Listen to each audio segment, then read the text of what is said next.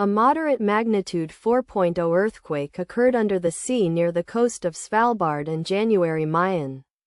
In the early morning of Sunday, June 1, 2025 at 4:54 a.m. local time, GMT+1, the quake had a very shallow depth of 6.3 kilometers, 3.9 miles, and was not felt, or at least not reported so. First to report, EMSC after 6 minutes. The earthquake occurred 10 days after a magnitude 4.5 earthquake had hit on Thursday, May 22, 2025, at 7:40 a.m. local time. Arctic, Longyearbyen GMT+1.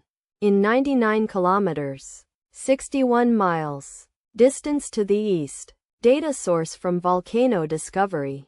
Did you feel it? Let us pray. May the earthquake that occurred not affect our brothers and sisters there.